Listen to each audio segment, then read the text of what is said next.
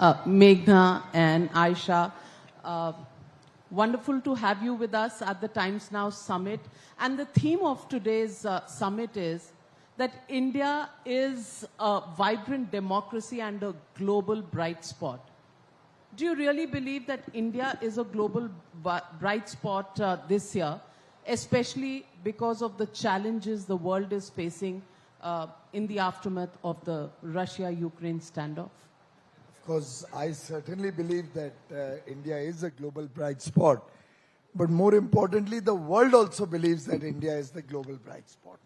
The world recognizes India's growing strengths, recognizes our potential in the years to come, and also sees in India opportunity both for a large market and an opportunity to help with economies of scale to become a manufacturer who can make for the world, a country which can serve the world with a variety of service sector offerings.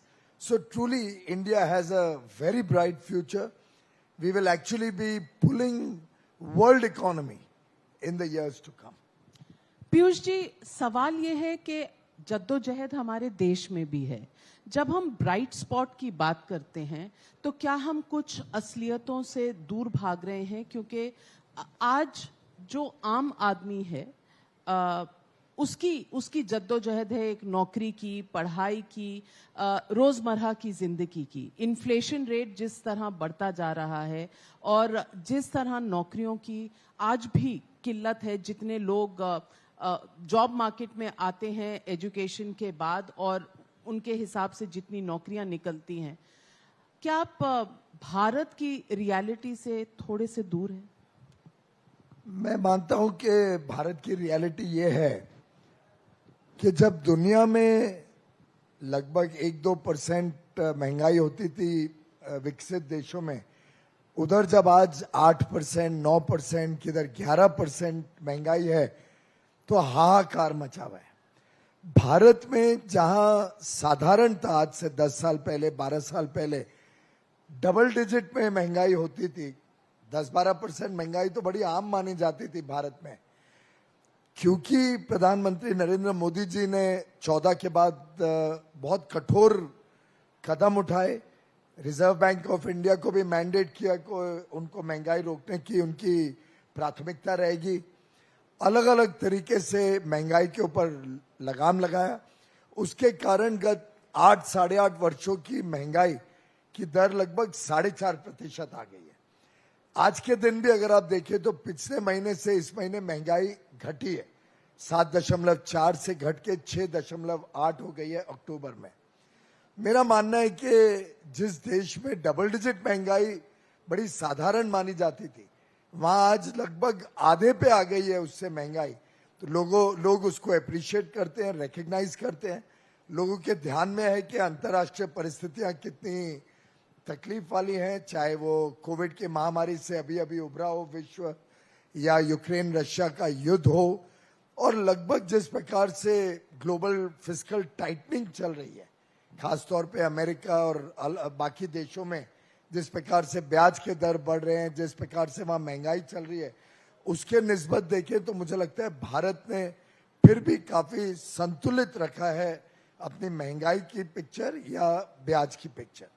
रही बात नौकरियों की, आज भी भारत में या तो job creators के रूप में हमारे स्टार्टअप्स बहुत बढ़िया काम कर रहे हैं. आप ईपीएफओ का डेटा देख लो, पिछले कुछ महीनों का लगातार जॉब्स ग्रो कर रही हैं, ईपीएफओ डेटा में साफ नजर आता है. और भारत में जिस प्रकार से इंफ्रास्ट्रक्चर स्पेंडिंग पे सरकार भी बल दे रही है, प्राइवेट सेक्टर भी बल दे रहा है, मुझे लगता है कि देश भर में अलग अलग नौकरी के अवसर हैं. अब आप उसको सिर्फ सरकारी नौकरी के प्रिज्म से देखोगे तो अलग बात है, उसकी अपनी सीमाएं हैं. उसमें भी भारत सरकार बहुत तेज वृद्धि कर रही है. अभी अभी रोजगार मेला हुआ 2 दिन पहले, उसके पिछले महीने भी हुआ था. लगभग 15 लाख सरकारी नौकरियां भी आगे आने वाले 12 महीनों में लोगों को उपलब्ध होगी.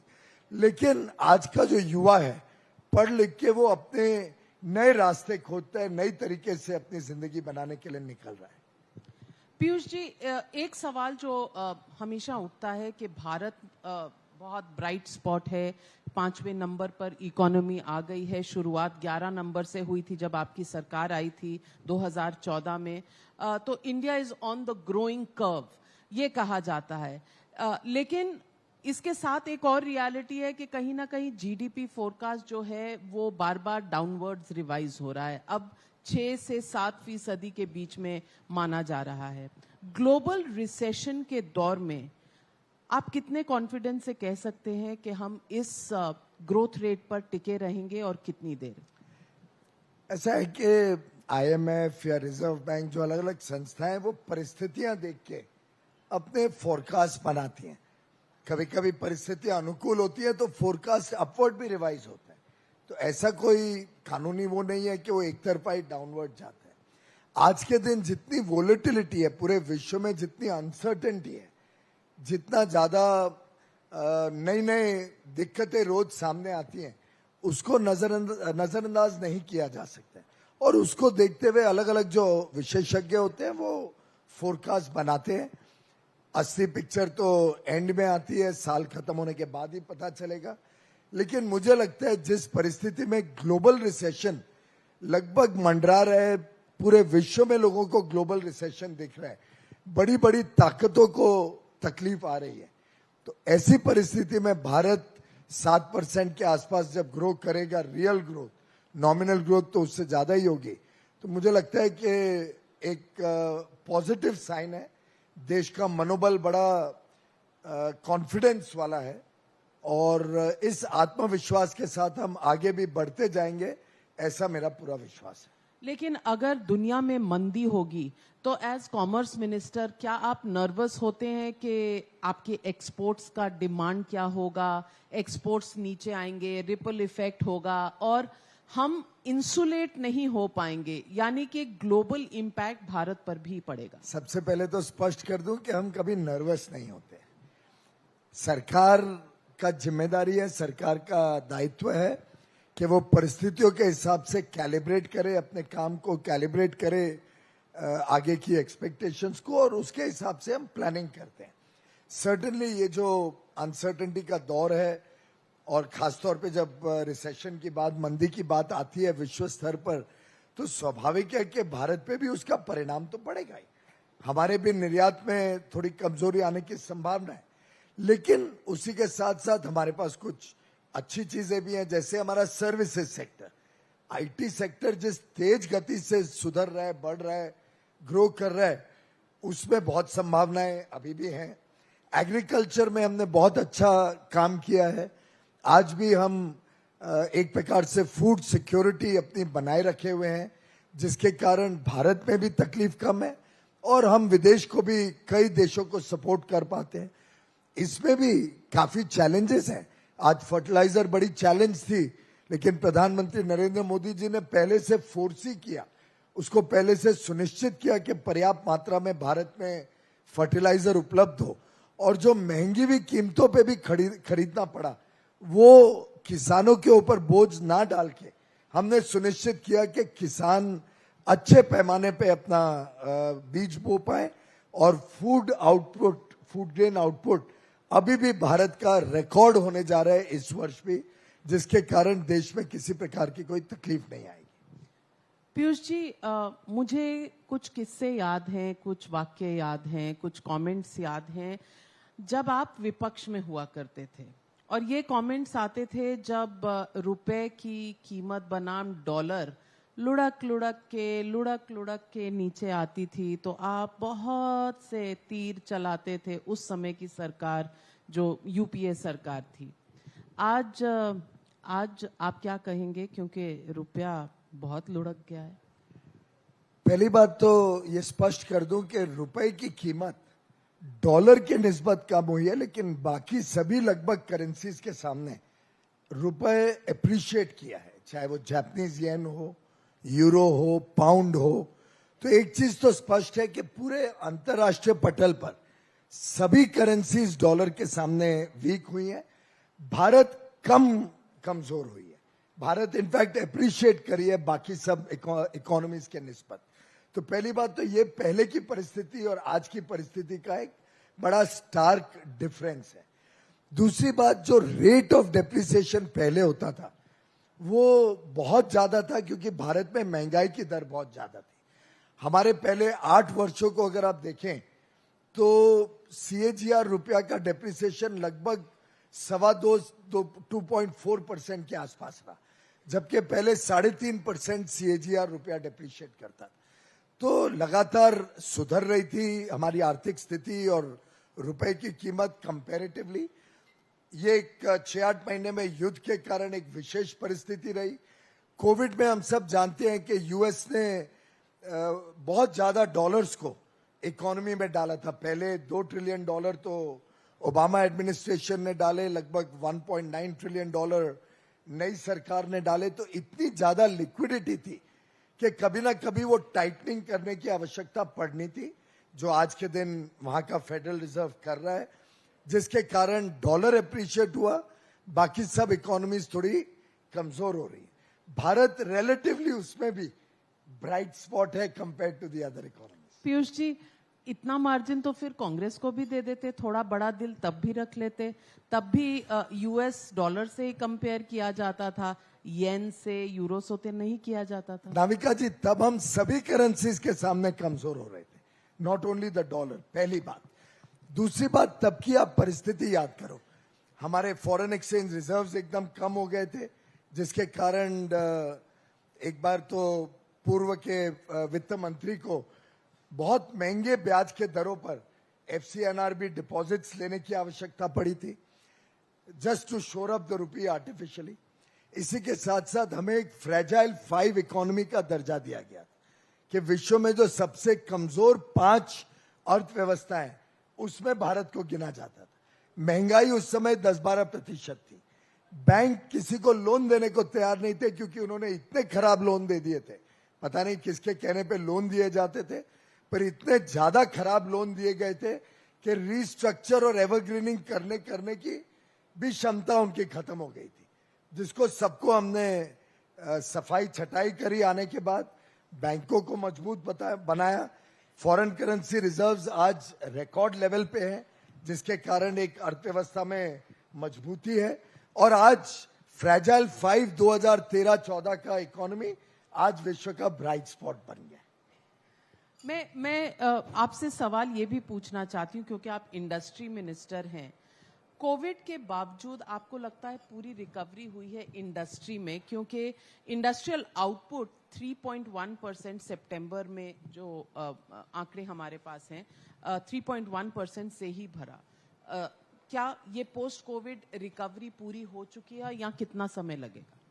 देखिए, ये जहां तक कोविड की बात है, आप यहां भी देख लें, मुझे लगता है एक भी व्यक्ति मास्क नहीं पहने हुए। तो कोविड, और अभी एयरलाइंस में भी 1 हफ्ता पहले विड्रॉ किया है। तो we are just emerging out of the shadows of Covid. Covid की रिकवरी से हम एकदम उभर रहे हैं अभी। साथ ही साथ ये युद्ध बड़े गलत समय पे आ गया, जिसके कारण ये ट्विन प्रॉब्लम्स दुनिया को उलझनी पड़ रही है। मैं समझता हूं उसके बावजूद जिस प्रकार से अलग अलग स्टेप्स लिए गए माननीय प्रधानमंत्री जी द्वारा, माननीय वित्त मंत्री जी द्वारा, जिस प्रकार से आत्मनिर्भर भारत के तहत अलग अलग पैकेजेस कोविड के दौरान आए, आपने देखा होगा कि पहले लॉकडाउन के बाद इतना क्विक रिकवरी हुई भारत में, और फिर वो कंटिन्यूअस रिकवरी चलते जा रही है। तो रिकवरी पूरी हो गई या रिकवरी अभी और होनी बाकी है, ये तो मैटर ऑफ परसेप्शन है। पर मैं समझता हूं कि काफी मात्रा में भारत कोविड से तो उभर चुका है। ये युद्ध से भी हम अच्छी तरीके से जूझ रहे हैं। और इसके साइंस देखिए, द फैक्ट कि हमारी ऑयल इंपोर्ट्स इतनी बड़ी है, यानी कंजम्पशन बड़ी है। कंजम्पशन बड़ी है यानी लोगों के पास या तो इंडस्ट्री में डिमांड है या प्राइवेट सेक्टर लोगों के पास ताकत है कि वो तेल की वस्तु खरीद रहे हैं। तो स्वाभाविक रूप से सभी इंडिकेटर्स बता रहे हैं कि भारत का कंजम्पशन भी बढ़ा है, भारत की इंडस्ट्रियल आउटपुट भी बढ़ी है, भारत में इंफ्रास्ट्रक्चर स्पेंडिंग भी बढ़ रही है। तो हर इंडिकेटर ये दर्शाता है कि India is on the not only in the path of recovery but rapid recovery. I also want to ask you, does the situation on trade deficit worry you? कोई भी सरकार को ट्रेड डेफिसिट से चिंता करना आवश्यक है, लेकिन आपको ट्रेड डेफिसिट के एलिमेंट स्टडी करने पड़ेंगे. आज के दिन जो ट्रेड डेफिसिट बढ़ा है उसका सबसे बड़ा एलिमेंट है ऑयल इंपोर्ट्स. और जैसा मैंने अभी अभी बताया कि oil is a fuel that powers economic recovery. तो क्योंकि ऑयल प्राइसेस बहुत एस्केलेट हो गए, एक जमाने में $130 तक गए थे, अभी भी एस्केलेटेड लेवल्स पे होने के कारण पिछले पूरे 8, 9, 10 महीने में जो हमारी डेफिसिट बढ़ी है उसका कारण साधारणतः मेजर कारण ऑयल इंपोर्ट्स रहा है. इसके साथ साथ हमने जो एडिबल ऑयल्स है उसका भी इंपोर्ट बढ़ते हुए देखा है, यानी कंजम्पशन बरकरार है, लोगों की कंजम्पशन पैटर्न्स में कोई चेंज नहीं आया. ये दोनों एक तरीके से पॉजिटिव साइंस भी हैं इकोनॉमिक रिकवरी के. दूसरी बात यह है कि जो हमारी ट्रेड इंपोर्ट बास्केट है उसमें ज्यादा कंपोनेंट रॉ मटेरियल और इंटरमीडिएट प्रोडक्ट्स का है. जो आज के दिन हम इंपोर्ट्स देख रहे हैं उसमें रॉ मटेरियल और इंटरमीडिएट्स और कैपिटल गुड्स की जो इंपोर्ट बढ़ रही है वो दर्शाता है कि इंडस्ट्रियल डिमांड भी और इन्वेस्टमेंट दोनों में बढ़त हो रही है. और ये बाकी इंडिकेटर्स भी, ग्रॉस कैपिटल फॉर्मेशन भी बढ़ रही है, जिसके कारण कैपिटल इंपोर्ट्स होना स्वाभाविक भी है और देश के लिए अच्छा भी है. कैपेसिटी यूटिलाइजेशन फिगर्स हम देखें तो साधारणतः सभी इंडस्ट्री में आज 80% के ऊपर चली गई है. ये स्पर करेगा कैपिटल इन्वेस्टमेंट, क्योंकि लोगों को दिखेगा कि अब डिमांड भारत में गुड्स एंड सर्विसेज की है तो इन्वेस्टमेंट भी बढ़ेगा. फिर सर्विस सेक्टर में हमारा लगभग 20% वृद्धि हुई है एक्सपोर्ट्स की. तो ये सब साइंस बहुत पॉजिटिव इंडिकेशन है और मुझे लगता है कि शॉर्ट रन में जरूर ट्रेड डेफिसिट बढ़ा है, पर चूंकि हमने record foreign exchange reserves accumulate किए थे, एक पॉइंट पे $640 बिलियन तक पहुंच गए थे. अब भी पिछले हफ्ते में भी शायद 14.7 बिलियन डॉलर हमारा फॉरेन एक्सचेंज रिजर्व्स बढ़े हैं. तो ट्रेजेक्ट्री ठीक चल रही है, कंट्रोल में है और आगे चल के ये अर्थव्यवस्था को और ज्यादा तेज गति से आगे बढ़ाएगी. एक अपॉर्चुनिटी थी इंडिया के लिए जब कोविड के बाद चाइना पर लोगों का थोड़ा सा रवैया क्वेश्चनिंग हो गया था और पूरे विश्व का एक जो प्रोडक्शन बास्केट डेस्टिनेशन चीन बन गया था, उससे लोग थोड़ा परहेज करने लगे. इसमें इंडिया इस अपॉर्चुनिटी को कितनी तरीके से अपने फेवर में खींच पाया है? देखिए, ये प्रोसेस होता है. जब कोई इंडस्ट्री सोचती है कि अभी मुझे फ्रेंच शोरिंग करना है या दूसरे देशों में अपना निवेश करना है, तो वो ओवरनाइट स्विच नहीं होता है. जो सप्लाई चेन्स चल रही हैं, जो फैक्ट्रियां चल रही हैं, उसमें आदमी, it's a process driven exercise. सालों लगते हैं व्यक्ति को तय करने के लिए नया प्लांट में कहाँ लगाऊंगा, किस चीज का लगाऊंगा, उसको लगाने में भी समय लगता है. आफ्टर ऑल इतने बड़े बड़े निवेश, $20 बिलियन का निवेश अगर सेमी कंडक्टर में एक कंपनी लगाने जा रही है, ऐसे ही मोबाइल फोन्स की 2 से बढ़ के 200 फैक्ट्रीज मोबाइल फोन और उसके इकोसिस्टम की आज भारत में आ गई है. जो आईफोन 14 अभी अभी लॉन्च हुआ है उसका one of the largest manufacturing base Bharat में है. तो ये सब साइंस हैं कि लोग भारत की तरफ देख रहे हैं, भारत में अपनी नई मैन्युफैक्चरिंग बेस बनाना चाहते हैं, भारत को रेजिलिएंट सप्लाई चेन्स का हिस्सा बनाना चाहते हैं. और इसकी सबसे बड़ी जो हमारी पॉजिटिव एलिमेंट है वो 2 है. एक, हम एक वाइब्रेंट डेमोक्रेसी है, stable, sober, predictive policies, demographic dividend है हमारे पास, एक यूथफुल पॉपुलेशन, अगले 30 वर्ष तक सबसे ज्यादा वर्किंग पॉपुलेशन भारत में रहने वाली है. तो एक तरफ तो ये पॉजिटिव्स हैं. दूसरी तरफ आज देश में और खासतौर पे डेमोक्रेटिक वर्ल्ड में जो सबसे सीनियर मोस्ट लीडर है और जो सबसे लोकप्रिय नेता है, प्रधानमंत्री नरेंद्र मोदी जी, आज पूरे विश्व में छाए हुए हैं.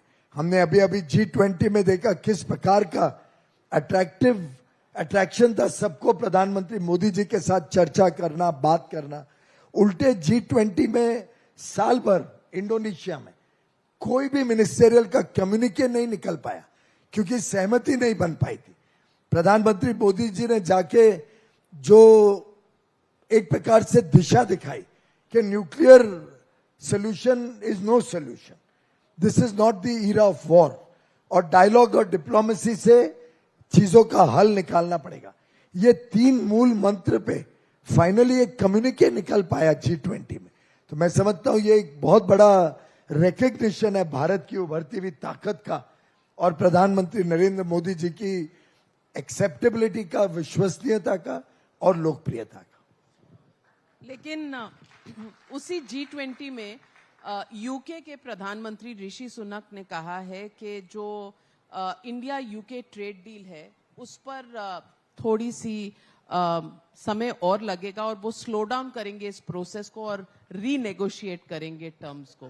क्या ये सेटबैक नहीं है? नहीं, ये वर्ड जो भी आपने कहे ये एक्चुअली उन्होंने कहे ही नहीं है।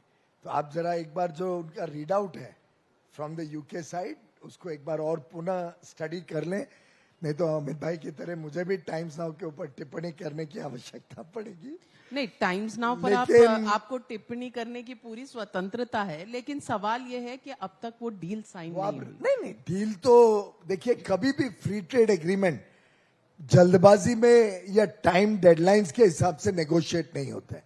हर फ्री ट्रेड एग्रीमेंट अपने पैरों पे खड़ा होता है, उसमें दोनों तरफ लोग नेगोशिएट हार्ड करते हैं, विन विन सोल्यूशन निकालना चाहते हैं।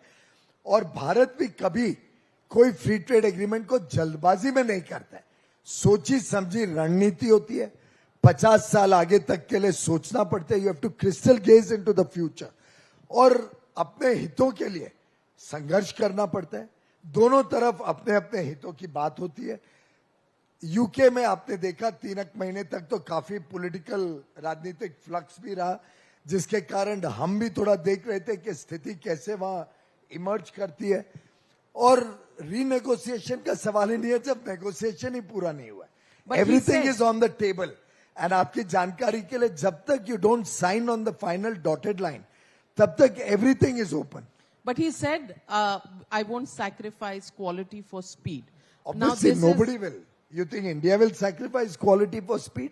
और अगर हमें वो करना होता तो फिर तो जैसे 2008, 9, 10 के पीरियड में फ्री ट्रेड एग्रीमेंट्स होते थे जिसमें ना कोई स्टेक होल्डर से कंसल्टेशन, ना देश की आगे की परिस्थितियों के हिसाब से किस देश को कितना देना, किस देश से कितना लेना, इन सब चीजों की पूरी गहराई से समझ के बगैर कुछ फ्री ट्रेड डील्स किए गए हैं पहले, जिसका कुछ मात्रा में हमें तकलीफ हो रही है। आज भी इंडस्ट्री के लोग आज भी मेरे पास आके कहते हैं कि पुरानी डील्स को रीनेगोशिएट करिए, किसी तरीके से हमको उससे तकलीफ से बचाइए।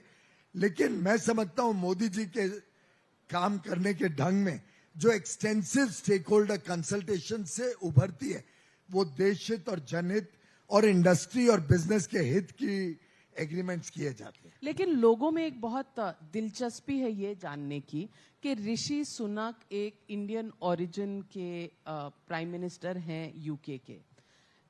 प्योरली फ्रॉम अ ले पर्सन्स पर्सपेक्टिव, आम आदमी सोचता है कि एक इंडियन बना है प्राइम मिनिस्टर। यू थिंक, आपको लगता है कि ट्रेड डील नेगोशिएशंस में इसका कोई असर होता है? मैं मानता हूं कि हमने रिकग्नाइज करना चाहिए प्रधानमंत्री यूके के ऋषि सुनक जी को यूके की चिंता करनी है, उनको यूके की प्राथमिकताएं, यूके की रिक्वायरमेंट्स को प्रोटेक्ट करना है। और वो वहां के सिटीजन होने के नाते चाहे मूल उनका भारतीय क्यों ना हो, उनका दायित्व उनके देश के प्रति है और रहना चाहिए, जैसे कि हमारा दायित्व हमारे देश के प्रति है। और दोनों अपने अपने दायित्व का निर्वहन करेंगे। मैं नहीं मानता हूं कि वो किस मूल से हैं, उससे कोई भी नेगोशिएशन में फर्क पड़ेगा। पीयूष जी, हमने अर्थव्यवस्था की, ट्रेड की बहुत बात की, लेकिन इस देश में जो सबसे बड़ा बिजनेस है वो है बिजनेस ऑफ पॉलिटिक्स।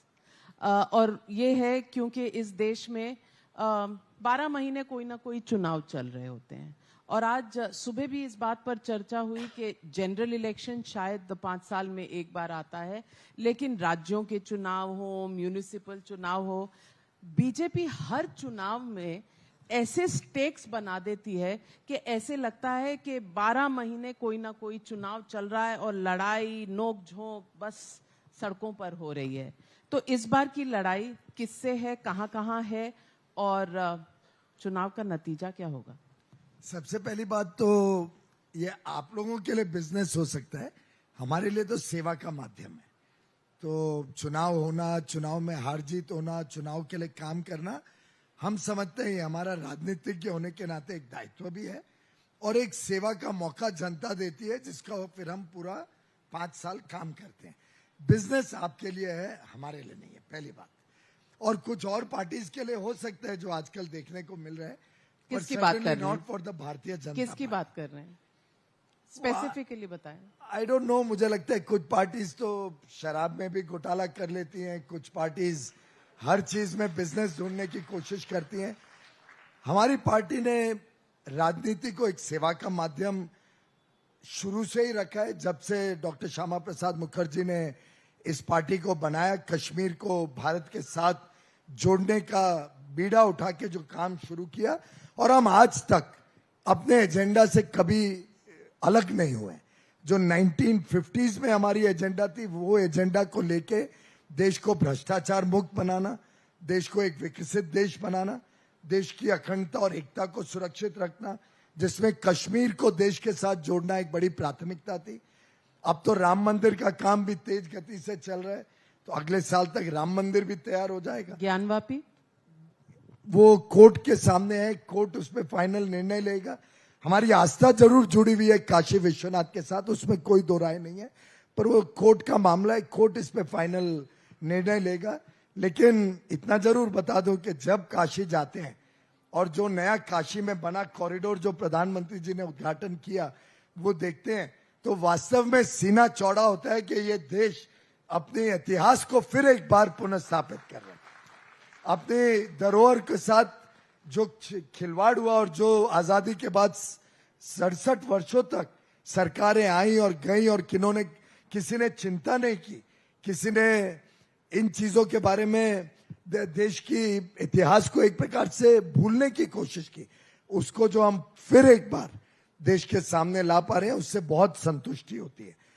पर चुनाव में मेहनत करना, चुनाव को सीरियसली लेना, ये तो मैं समझता हूं स्वाभाविक है।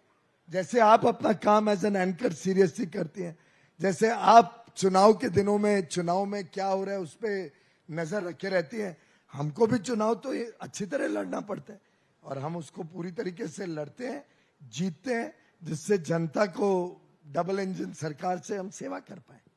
नहीं, आप बार बार सेवा पर बहुत महत्व डाल रहे हैं, यानी कि सत्ता कोई चीज नहीं होती। आप देश को बता रहे हैं कि सिर्फ सेवा और स्पिरिचुअलिटी, सत्ता कुछ नहीं होता।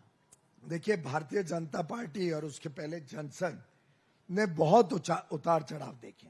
मुझे लगता है जब हमें से, मैं भी जब कार्यकर्ता के रूप में निकला और एक प्रकार से शुरुआत के ही दिन थे भारतीय जनता पार्टी के, तब हमारे 2 MP थे सर। वेंकैया नायडू जी ने भी, जो पूर्व के उपराष्ट्रपति हैं, उन्होंने भी इस बात का खुलासा किया कि जब वो राजनीति से जुड़ना चाह रहे थे तो उनके आसपास आंध्र प्रदेश में थे, नेल्लोर में थे, सभी ने उनका मजाक उड़ाया कि आप ये जनसंघ में कहां जाके काम कर रहे हो। तब जनसंघ थे, जनसंघ का तो कोई फ्यूचर ही नहीं है, कांग्रेस ज्वाइन करिए, या तब शायद NTR की पार्टी शुरू ही हुई थी, ऐसे लोगों को ज्वाइन करिए जहां सत्ता मिल सकती है।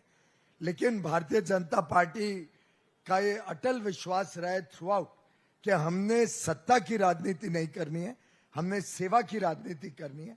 नहीं तो श्यामा प्रसाद मुखर्जी जी तो मंत्री थे, मंत्री पद छोड़ के नेहरू जी की सरकार में मंत्री पद छोड़ के उन्होंने जनसंघ की स्थापना की।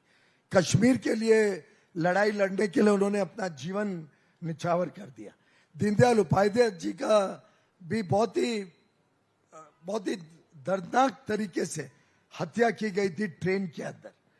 तो मेरे ख्याल से हमारे लिए एक सेवा का माध्यम रहा है।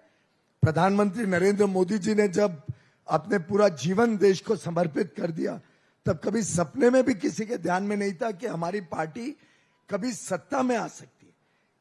मैं समझता हूं कि ये सभी हमारे लिए बहुत इंस्पिरेशनल लीडर्स रहे हैं, जिन्होंने कभी भी सत्ता को प्राथमिकता नहीं दी, सेवा को ही। हम सबके अंदर भी यही सिखाया कि सेवा की राजनीति करनी है और सेवा के माध्यम से देश को उज्जवल बनाना है। और राहुल गांधी कांग्रेस और भारत जोड़ो यात्रा पर आपके क्या विचार हैं? मैं समझता हूं बहुत अच्छी बात है, क्योंकि जयराम रमेश जी का मैं हाल में ही ट्वीट देख रहा था।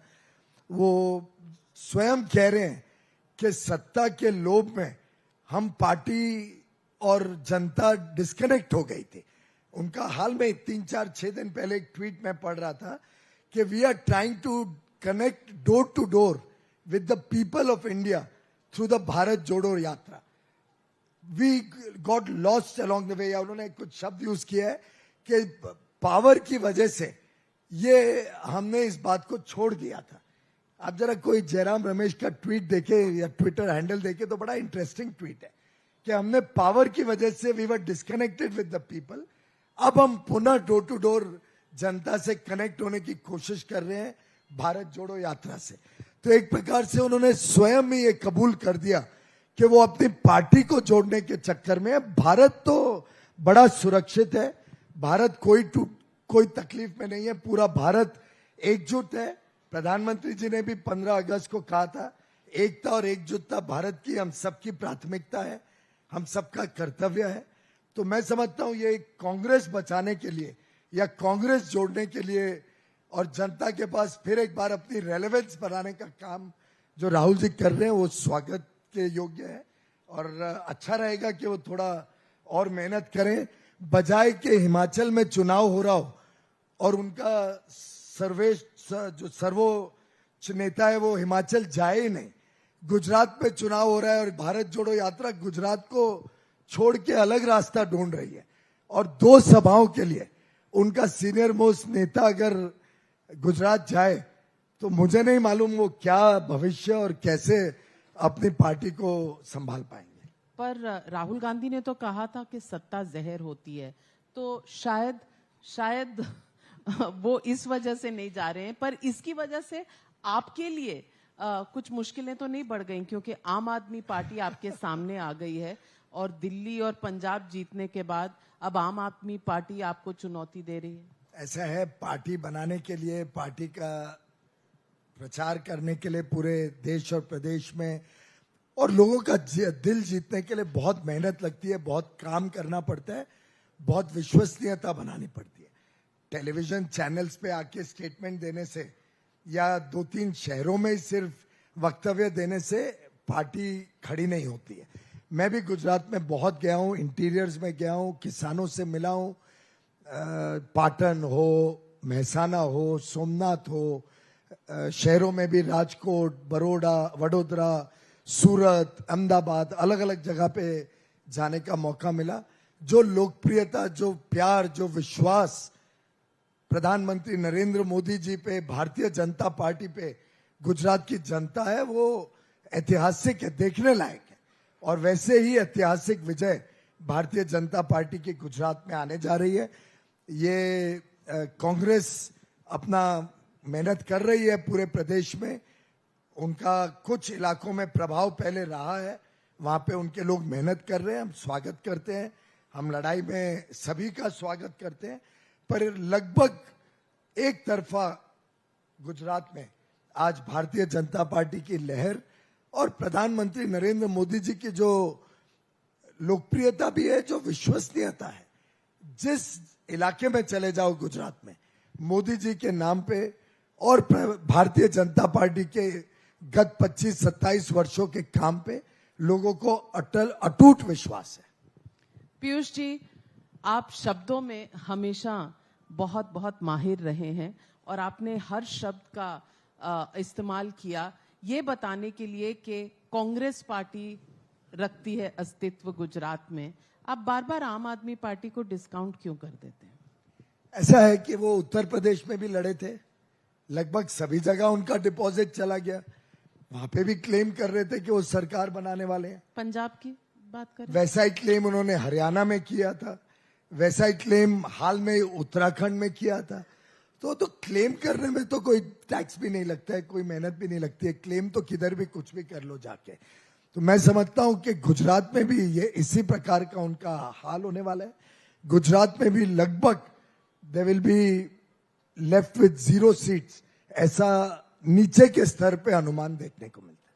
चलिए, तो फिर गुजरात चुनाव के रिजल्ट आने वाले हैं और उम्मीद करती हूं कि चुनाव के बाद आपसे फिर बातचीत होगी। मुझसे भी करना और आम आदमी पार्टी के नेताओं को भी पूछना याद से कि वो क्या हुआ आपके बड़े बड़े क्लेम्स का, क्योंकि फिर उसके बाद तो आप लोग भी पूछते नहीं और वो भी खिसक जाते हैं। हम तो आपसे पंजाब की बात पूछ रहे हैं, आप जवाब नहीं दे रहे। नहीं, पंजाब में अगर कांग्रेस एकदम वीक हो गई और आपने देखा कांग्रेस भी किस प्रकार का नेतृत्व वहां पे ऑफर कर रही थी, तो वो उन दोनों की लड़ाई थी। भाजपा तो पंजाब में पहले भी कभी रेलेवेंट नहीं थी लड़ाई में, अब हम वहां पे ग्रो कर रहे हैं और अगले चुनाव में अब बीजेपी रेलेवेंट हो जाएगी पंजाब में। तो अब कांग्रेस ने सीड कर दी पूरी स्पेस, तो सवाल तो आपको कांग्रेस को पूछना पड़ेगा। गुजरात में भाजपा है, भाजपा अपनी स्पेस सीड नहीं कर रहे, अपनी स्पेस बढ़ा रहे दिनों दिन। पीयूष गोयल जी हमारे साथ बातचीत करने के लिए और तमाम मुद्दों पर बिल्कुल सीधे बैट से बैटिंग करने के लिए आपका बहुत बहुत धन्यवाद। Thank you very much for joining me at the times now summit.